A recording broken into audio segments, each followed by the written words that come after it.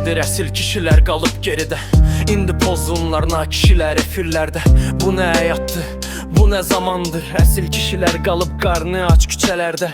Uşağına bir tikə çörək qazanmaq üçün hansısa bir şərəfsizin sözün götürür.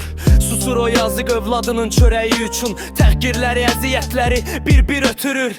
Bax budur cəmiyyət, varlıya yaltaq. Puluna görə, varına görə əyilir çoxu. Güya ki zamanı adamıdır bu alçaq. İlahi ayır sən yer kürəsindən oxu.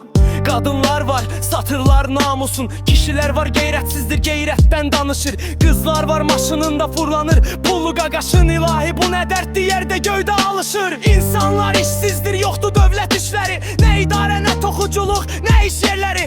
İnsanları qul əvəzinə işlədirlər. 12 saat rejimlə özəl iş yerləri. Nə gəlir, yox nə bir uşaq pulu. Yoxdur kasıbın başqa bir yolu.